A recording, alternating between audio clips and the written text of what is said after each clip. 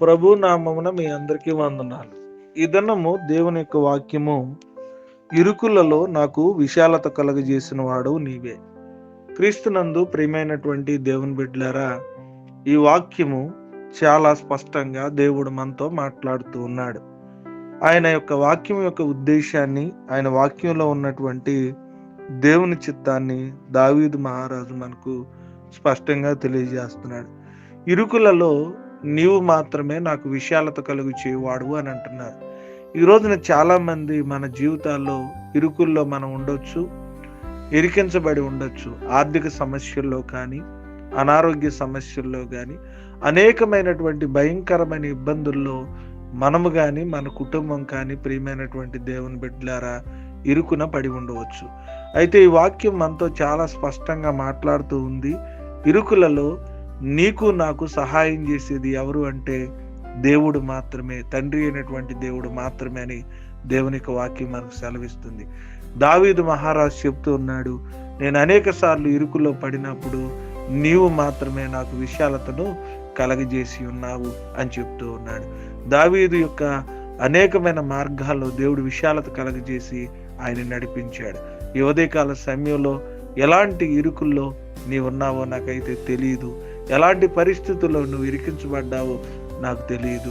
ఈ ఇరుకులోంచి నేను ఎలాగ వస్తాను అని నీకు ఆలోచన కలుగుతున్నప్పుడు ఈ వాక్యం నీతో నాతో స్పష్టంగా మాట్లాడుతుంది. ఆయన ఇరుకులో నీకు విశాలత కలగ చేయబోతున్నాడు. ఈ మాటలు నమ్మగలిగితే గొప్ప అద్భుతాలు చేసి దేవుడు నీ ఇరుకుల నుంచి నిన్ను విడిపించబోతున్నాడు. ఈ మాటలు మనం నమ్మి ఇరుకులలోంచి బయటకు వచ్చి దేవుని ఆశీర్వాదాన్ని పొందుకుని విశాలమైన మార్గంలో నడుస్తూ దేవుని చేత దీవించబడదు. కొద్ది మాట దేవుడు మన వీళ్ళు ఫలించి ఆశీర్వదించును గాక. ఆమేన్. మహోన్నతుడా మీకు స్తోత్రాలు, మహాపరిశుద్ధుడా మీకు వందనాలు. మమ్మల్ని జ్ఞాపకం చేసుకుని సజీవంగా ఉంచినందుకు మీ స్తోత్రాలు. కీర్తన గ్రంథంలో 4వ అధ్యాయం 1వ వచనం ప్రకారం ఇరుకులలో నాకు విశాలత కలిగించేవాడు నీవే అని మీరు మాతో మాట్లాడినందుకు మీ స్తోత్రాలు. అయా, మా జీవితంలో ఎన్నో ఇరుకుల్లో ఉన్నాం, విశాలత కలగచేయమని అడుగుతూ ఉన్నాం. విశాలత మీరు తప్పితే మాకెవరు చేయరు తండ్రి.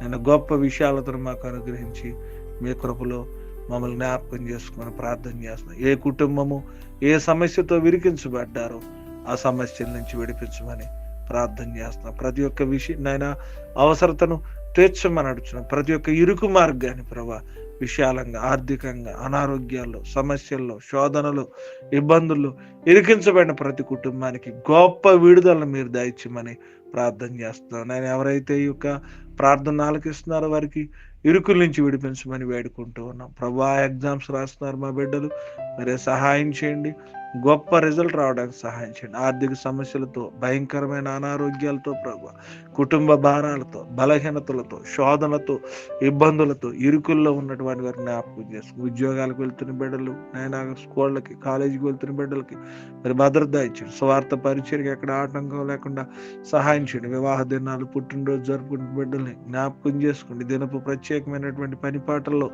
బిడ్డలందరికీ తోడుకోండి. ప్రార్థనలకు ఇస్తున్న ప్రతి కుటుంబాన్ని జ్ఞాపకం చేసుకుని ఏదైనా దీవులతో నింపి మీరే నడిపించి మీ నామాన్ని మహింపరచుకుని సమస్త మహిమగంత ప్రభావాలు పొందుకోమని ప్రార్థన చేస్తున్నామని అడుగుచున్నాము తండ్రి.